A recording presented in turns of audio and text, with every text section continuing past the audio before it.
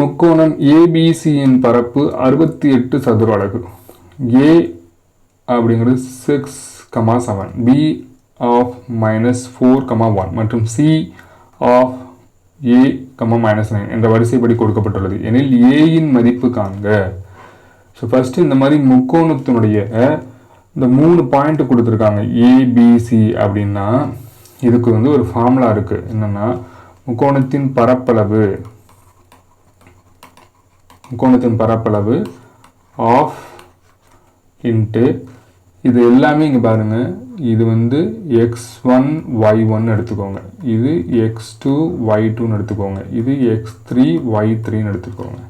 Formula of into x1 ஆஃப் y2 minus y3, அதே மாதிரி ப்ளஸ் அடுத்து x2, இங்கே x1னா அடுத்து x2, திருப்பி x3, அதாவது x2 இருக்கா, அடுத்தது 2க்கு அப்புறம் 3 வர மாதிரி y3 minus y1 plus x3 of y1 minus y2.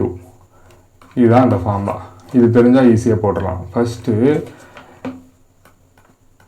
Of into x1ஓட வேல்யூ என்னது 6, y2 அப்படிங்கிறது என்னது 1, y3ங்கிறது என்னது -9.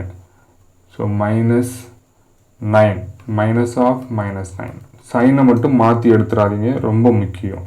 ஸோ இது ஃபார்முலாவில் இருக்கிற மைனஸு, y3ஓட வேல்யூவே -9 தான், சரிங்களா. அடுத்து ப்ளஸ் x2ங்கிறது என்னது -4, y3ங்கிறது -9, ஃபார்முலாவில் இருக்கிற மைனஸ், y1 அப்படிங்கிறது 7 ப்ளஸ் x3 அப்படிங்கிறது a, y1 அப்படிங்கிறது வந்து 7 மைனஸ் y2ங்கிறது 1. இதில் தான் இப்போ ஏயின் மதிப்பு தான் நம்ம கண்டுபிடிக்கணும். இதை சிம்பிளை பண்ணால் நமக்கு ஏயின் மதிப்பு வந்துடும். சரி, அடுத்தது 1/2 ஆஃப், இது பாருங்கள், இது மைனஸ் இது மைனஸ், ரெண்டையும் பெருக்கினீங்கன்னா ப்ளஸ் வரும்.